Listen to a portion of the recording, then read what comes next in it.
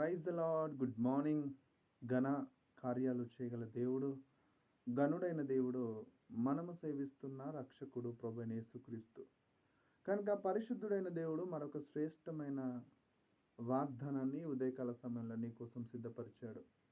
మరి ఆ సిద్ధపరిచిన దేవుడు ఏ వాగ్దానం అయితే దాచిపెట్టాడో దాని వెనుక దేవుడు నీకు ఎటువంటి శ్రేష్టమైన బహుమానాన్ని ఈ ఉదయకాల సమయంలో నీకు ఇచ్చాడో తెలుసుకోవాలని విశ్వాసంతో ఎదురు చూస్తున్న ప్రియ దేవుని బిడ్డ, ఆలస్యం ఎందుకు?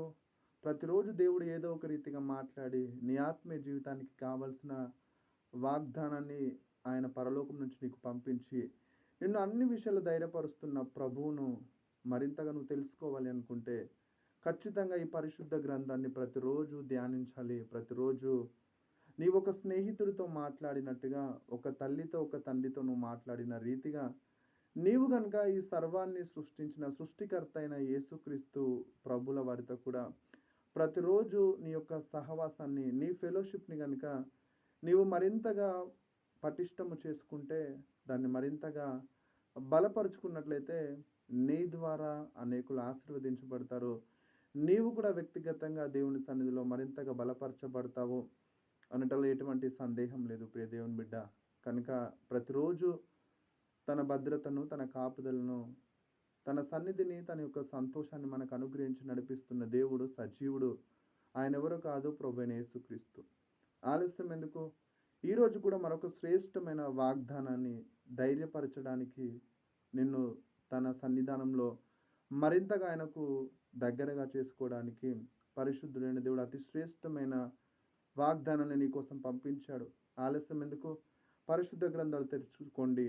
Please open your Bibles, book of Psalms, chapter 107, verse 14. Today is the main text from the Holy Bible. దయచేసి పరిశుద్ధ గ్రంథాలు, సత్య గ్రంథాలు, నిజ గ్రంథము మీ దగ్గర ఉన్నట్లయితే తెరవండి. కీర్తనల గ్రంథము 107వ సంకీర్తన 14వ చరణము ఈ దిన వాగ్దానంగా నీతో మాట్లాడడానికి పరలోకం నుంచి ఆ పరిశుద్ధుడైన దేవుడు స్వయంగా ఈ ఉదయకాల సమయం నీ కోసం పంపించాడు. ఆలస్యం చేయొద్దు. తెరువండి గ్రంథాలు 107వ సంకీర్తన 14వ వచనం. వారి కట్లను తెంపివేసి చీకటిలో నుండి మరణాంధకారముల నుండి వారిని రప్పించును. నిజమేనండి ప్రియ దేవుని ప్రజలారా, ఇక్కడ పరిశుద్ధుడైన దేవుడు తన దాసుని ద్వారా కొన్ని అద్భుతమైన మాటలు ఆయన తెలియజేస్తూ ఈ గ్రంథం ద్వారా ఏమని ఆయన మాట్లాడుతున్నాడు అంటే, వారి కట్లను తెంపివేసి చీకటిలో నుండి మరణాంధకారంలో నుండి వారిని రప్పించును.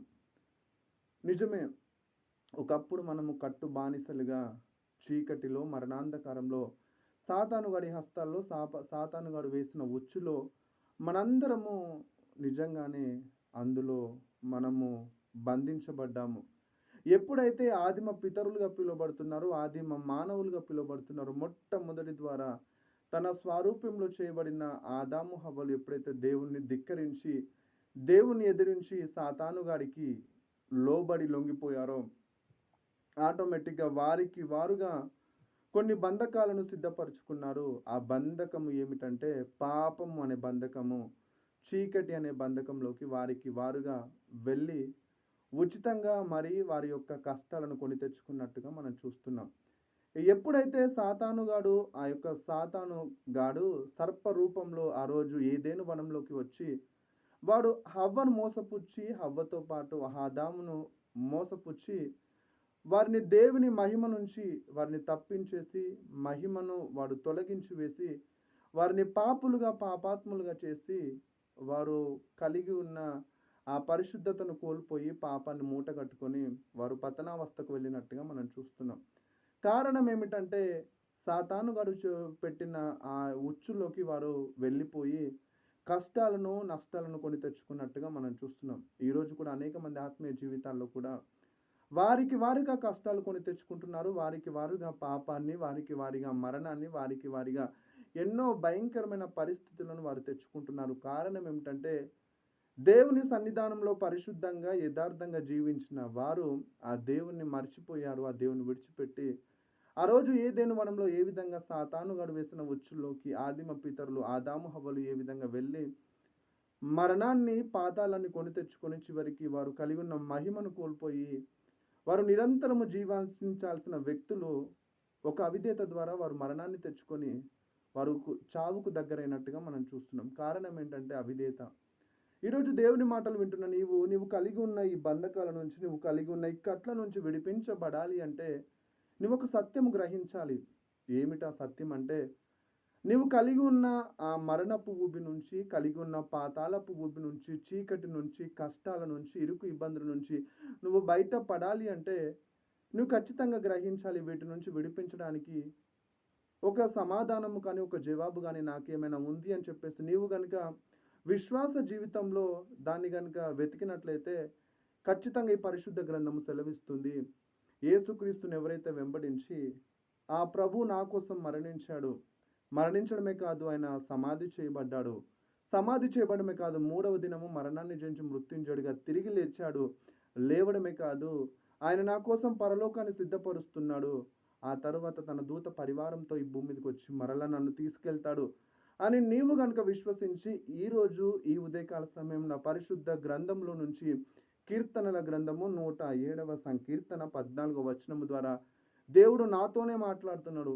నా కోసం ఈ ఉదయకాల సమయంన ఈ యూట్యూబ్ ద్వారా ప్రవీణ్ వేల్పుల అఫీషియల్ ద్వారా దేవుడు నాతో మాట్లాడుతున్నాడని విశ్వాసంతో కనుక ఈ మాటల మీద నువ్వు దృష్టి ఉంచి యేసుక్రీస్తును నోటితో ఒప్పుకొని హృదయమందు విశ్వసించి ఎవరైతే అంగీకరిస్తారో వారు రక్షించబడతారని పరిశుద్ధ గ్రంథంలో బోధిస్తుంది. నిజమే, నువ్వు కలిగి ఉన్న కట్ల నుంచి విడిపించబడాలా, నువ్వు కలిగి ఉన్న అనారోగ్యం నుంచి స్వస్థత పొందుకోవాలా, నువ్వు కలిగి ఉన్న పాపం అనే బంధకం నుంచి బయటపడాలా, అయితే ఒక్కటి నువ్వు చేయాలి ప్రియ దేవుని బిడ్డ. ఏమిటి అంటే యేసుక్రీస్తు నా కోసం చనిపోయాడు. ఆయన అందరికీ ప్రభువై ఉన్నాడు కాబట్టి ఆ ప్రభువుని గనుక విశ్వాసంతో నేను చేసిన పాపం నుంచి విడిపిస్తాడు. నాకు కలిగి ఉన్న అనారోగ్యం నుంచి ఆయన స్వస్థపరుస్తాడు. అంతేకాకుండా నిత్య జీవాన్ని ఉచితంగా ఆయనను ఎవరైతే హృదయంలో చేర్చుకొని నోటితో ఒప్పుకుంటారో వారు రక్షించబడి నిత్య రాజ్యాన్ని స్వతంత్రించుకుంటారు అని గనుక నీవు విశ్వసించినట్లే నీవు ధన్యుడవు మాత్రమే కాదు, నిత్యత్వంలో నీవు నిత్య రాజ్యాన్ని ఆ ప్రభు ద్వారా పొందుకుంటావు. ఎప్పుడు తెలుసా? ఈ పరిశుద్ధ గ్రంథాన్ని ప్రతిరోజు ధ్యానించి ప్రతిరోజు విశ్వాసంతో స్వీకరించినట్లయితే నువ్వు ఖచ్చితంగా దీవించబడతావు, ఖచ్చితంగా ఆశీర్వదించబడతావు.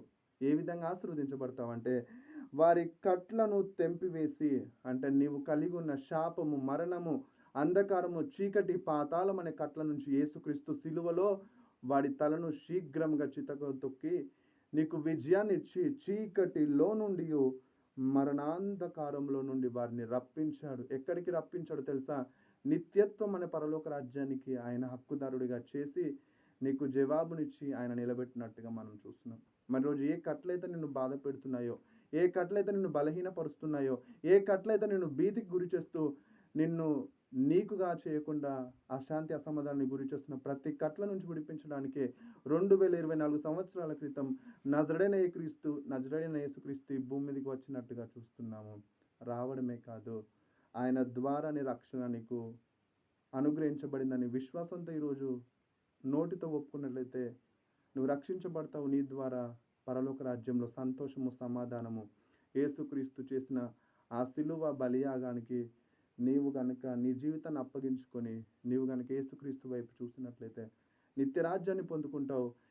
నీవు పొందిన నిత్యరాజ్యాన్ని అనేకులకు పరిచయం చేసినట్లయితే యేసుక్రీస్తు చనిపోతూ ఒక వాగ్దానంతో కూడిన మాటలు నీకు అందించాడు. సర్వ లోకానికి వెళ్ళి సర్వ సృష్టికి సువార్తను ప్రకటించమన్న మాటను కనుక నీవు అంగీకరించి ఆయన మీద ఆధారపడి అనేకులకు పరిచయం చేస్తూ వారు దీవించబడతారు.